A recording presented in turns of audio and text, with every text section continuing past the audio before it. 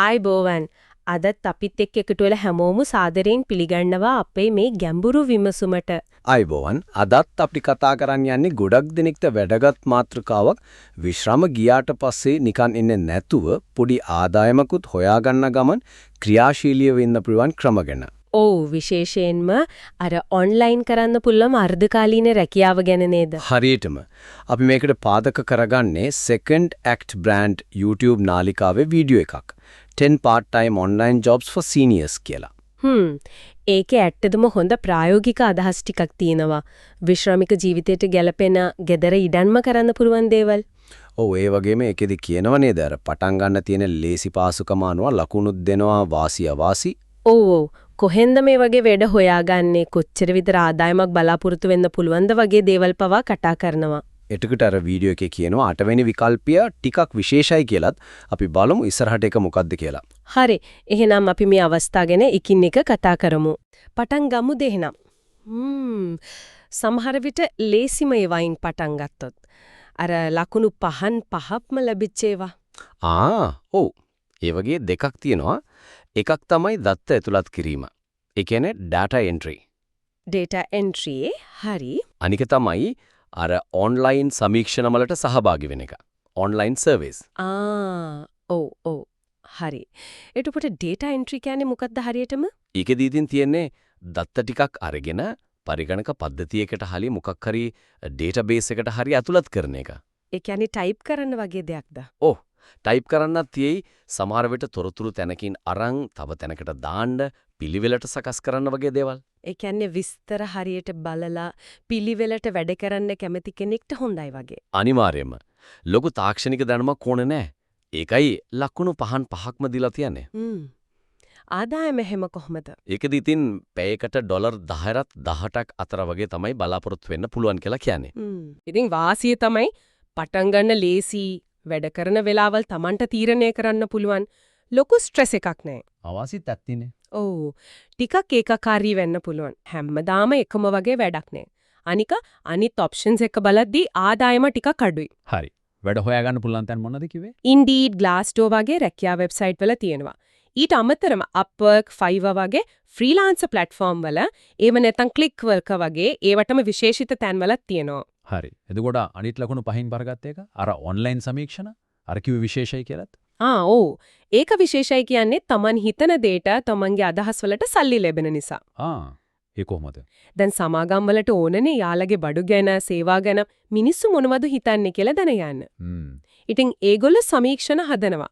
අපි ඒවට ගිහින් උත්තර දුන්නම, ඒ කියන්නේ අපි අදහස් කිව්වම ඒකට පොඩි ගෙවීමක් කරනවා. ඒකනේ පටන් ගන්න ලේසිද? හරිම ලේසි. කිසිම විශේෂ දැනුමක්, ක්වොලිෆිකේෂන් එකක් ඕන නැහැ. Tamanගේ අදහස දෙන එකනේ තියෙන්නේ. ඕනේ වෙලාවක කරන්නත් පුළුවන්. ආදායම කොහොමද? එක සමීක්ෂණයකට? ඔව් එකකට ඩොලර් 1.5ක් අතර වගේ තමයි ගොඩක් වෙලාවට ලැබෙන්නේ. සමහර ඒවා ටිකක් වැඩි වෙන්න පුළුවන්. ඒ කියන්නේ ඉතින් ලොකු ගාණක් නෙමෙයි පොඩි අමතර ආදායමක් විතරයි. හරියටම. ඒක තමයි හොඳටම මතක තියාගන්න ඕන දේ. මේක නිකන් අතිරේක ආදායමක් මිසක් ප්‍රධාන ආදායම් මාර්ගයක් කරගන්න බෑ. ඒක ලොකුම අවාසිය. ඒත් ඉතින් ලේසි විශේෂ දෙයක් ඕනේ නෑ. Swagbox, Survey Junkie, Pinecone Research වගේ sites තියෙනවා. Respondent.io වගේ තැන්වල ටිකක් ගැඹුරු පරීක්ෂණ වලට සහභාගී වෙන්නත් පුළුවන්. හරි. එතකොට මිනිස්සු එක්ක ගනුදෙනු කරන්න, කතා බහ කරන්න කැමති අයට මොනවද තියෙන්නේ? මම හිතන්නේ කස්ටමර් සර්විස් වගේ දේවල්. ඔව් පාරිභෝගික සේවා නියෝජිතය කියන්නේ කස්ටමර් සර්විස් රිප්‍රසෙන්ටේටිව් කියන්නේ ඒ වගේ එකක්. ඒකටත් ආරම්භක පහසුව 5යි. ඒකත් ලේසි එන. ඔව්. ඔකද ගොඩක් අයට මිනිස්සු එක්ක හොඳින් කතා කරන්න පුළුවන්නේ. මෙතනදි කරන්නේ දුරකථනයෙන්, ඊමේල් එකෙන්, chat එකෙන් හරි පාරිභෝගිකයන්ට උදව් කරන එක. යාළගේ ප්‍රශ්න වලට උත්තර දෙනවා, ගැටලු විසඳනවා. ඉල්ලුමම කොහමද? ඉල්ලුම ඉතාම ඉහළයි. ගොඩක් සමාගම් වලට මේ වගේ අය ඕන. පැයකට ඩොලර් 12ත් 25ත් අතර ආදායමක් බලාපොරොත්තු වෙන්න පුළුවන්. ගෙදරින්දම මිනිස්සුන්ට උදව් කරන එක හොඳයි නේද? ඒත්තර සමහරවල්ලට අමාරු පාරිභෝගිකයොත් ඉන්නෝනේ. ඒක තමයි ඉතින් අභියෝගය. කලබලකාරී අය එක්ක කතා කරන්න වෙනකොට ස්ට්‍රෙස් එකක් එන්න පුළුවන්. ඒක ප්‍රධාන අවාසියක්. අනික සමහර විට රැට හරි සතියන්තය හරි වැඩ කරන්න වෙන්න පුළුවන්. ඒත් ඉතින් ගෙදරින්දන් වැඩ කිරීමේ පහසුව, නම්‍යශීලී පැය ගණන වගේ වාසිත් තියෙනවා. Indeed, Glassdoor, LinkedIn වගේ තැන්වල සමාගම්වල කැරියර් පේජස් වල මේවා ඕනතරම් තියෙනවා. මිනිස්සු එක්ක වැඩ කරන ඒත් ටිකක් වෙනස් විදිහකට තමයි අර virtual assistant අතද සහකාර කියන්නේ නේද?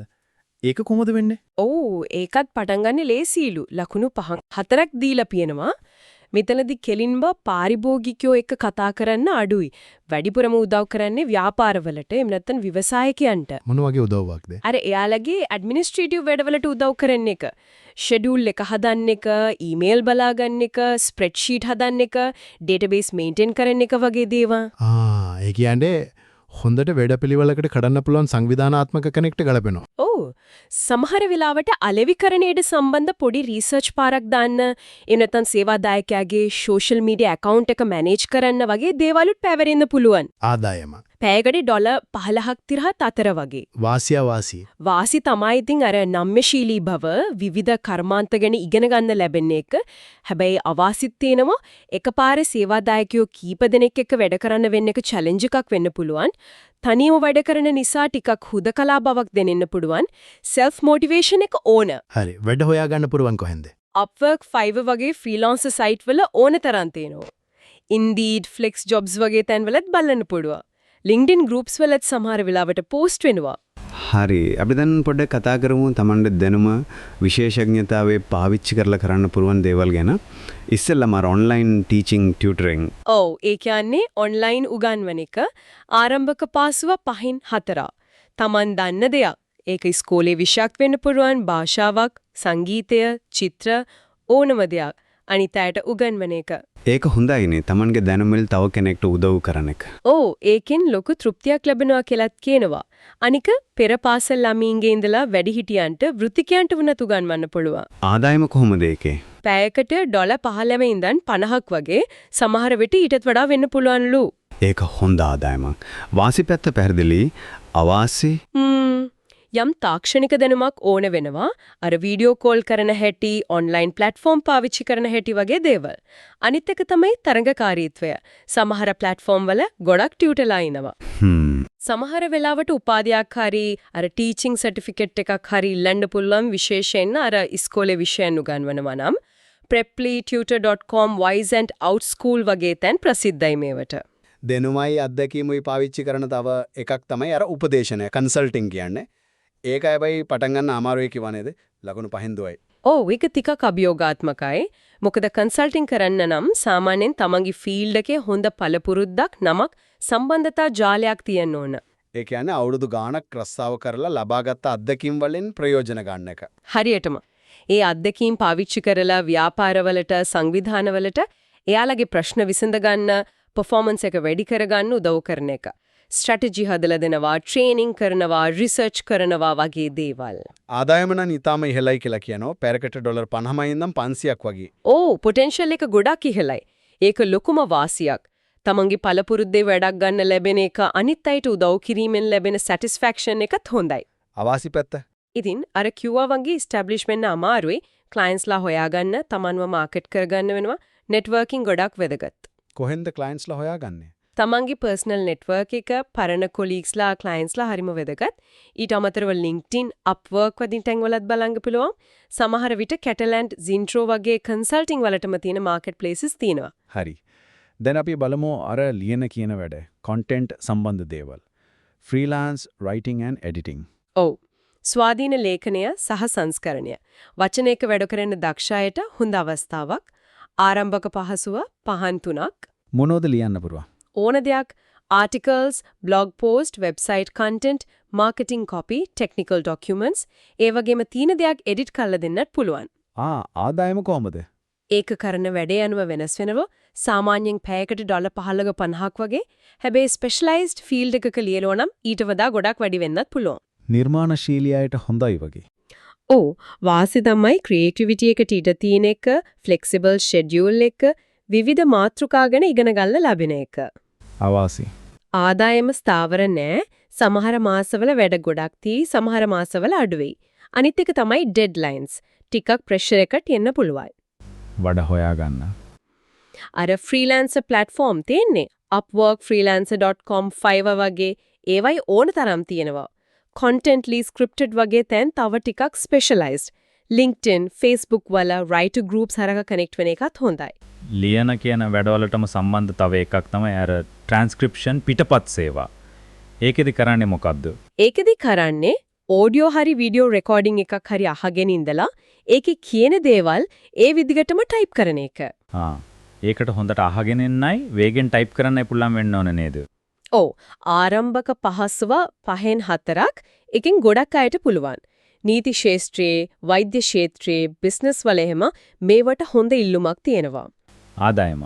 පැයකට ඩොලර් 15-25ක් විතර බලාපොරොත්තු වෙන්න පුළුවන්. වලට පුළුවන් ඕඩියෝ අහලා ට්‍රාන්ස්ක්‍රිප්ට් එකක් හදන්න. හැබැයි ඒක 100% නිවැරදි නෑ ගොඩක් වෙලාවට. ඇක්සන්ට්ස්, බෑග්ග්‍රවුන්ඩ් නොයිස් වගේ දේවල් නිසා වැරදෙනවා. එතකොට දැන් මිනිස්සුන්ට බැඩ නැද්ද? තියෙනවා. හැබැයි වැඩේ ස්වභාවය ටිකක් වෙනස් වෙලා.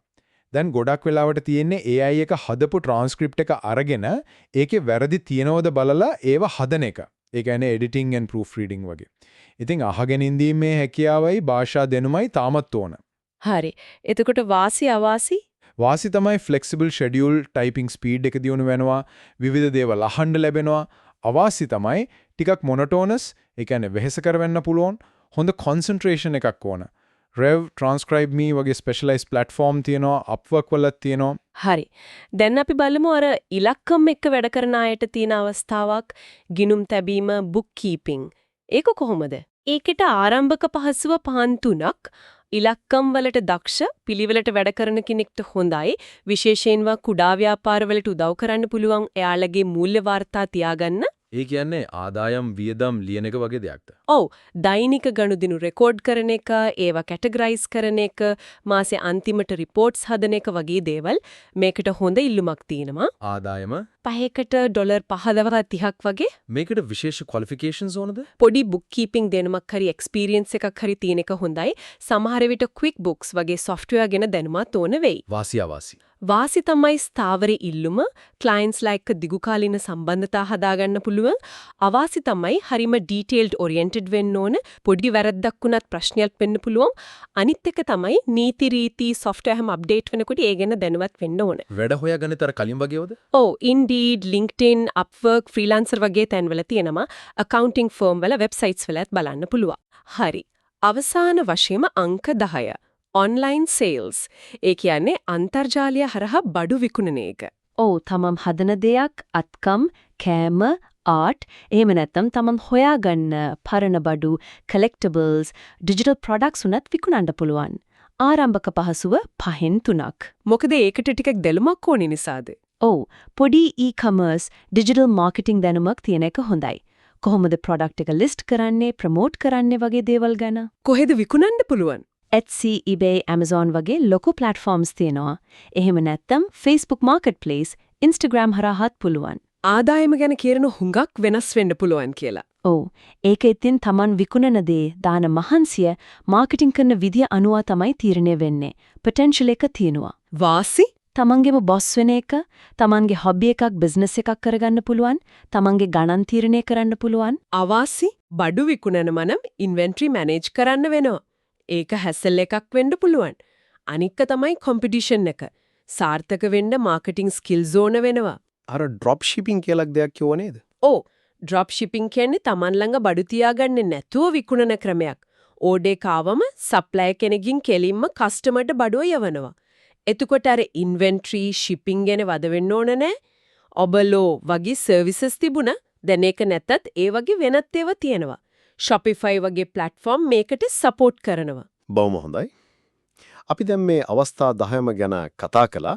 මේ හැම එකකටම අවගේ පොදුවේ අවශ්‍ය වෙන දේවල් තියෙනවා නේද? ඔව්, අනිවාර්යෙන්ම හොඳ කම්පියුටර් එකකුයි stable internet connection එකකුයි ඕන වෙනවා. ඒක නම් ඉතින් අද කාලේ ගොඩක් අය ළඟ තියෙනවා. අනිත් පොදු කාරණය තමයි අර flexibility එක. නම්‍යශීලී බව. ඔව්, ඒක තමයි මේ online වැඩවල තියෙන ලොකුම වාසියක්. Tamanට ඕන වෙලාවක ඕන තැනක ඉඳන් වැඩ කරන්න පුළුවන් වීම.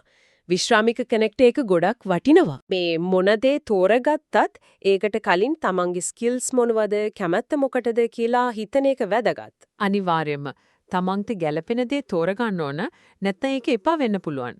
තම වැදගත්යක් තමයි මේ වගේ part time ආදායමක් කෙනකොට ඒක තමන්ගේ පෙන්ෂන් එකට හරි ටැක්සස් වලට හරි කොහොම එෆෙක්ට් වෙයිද කියලාත් පොඩ්ඩක් හොයලා බලන එක.